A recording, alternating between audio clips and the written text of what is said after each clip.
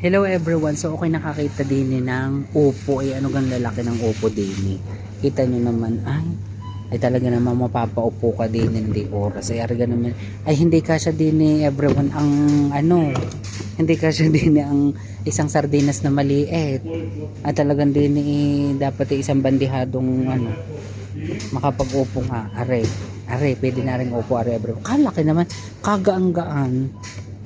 Ayan, malaki na rin upong ari everyone.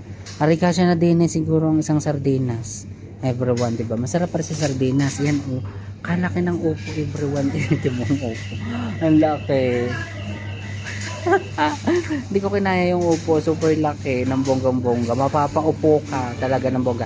At alam niyo ba everyone ang presyo? 19.90 ang presyo. So, iyan po ay nasa 300 na ang kilo.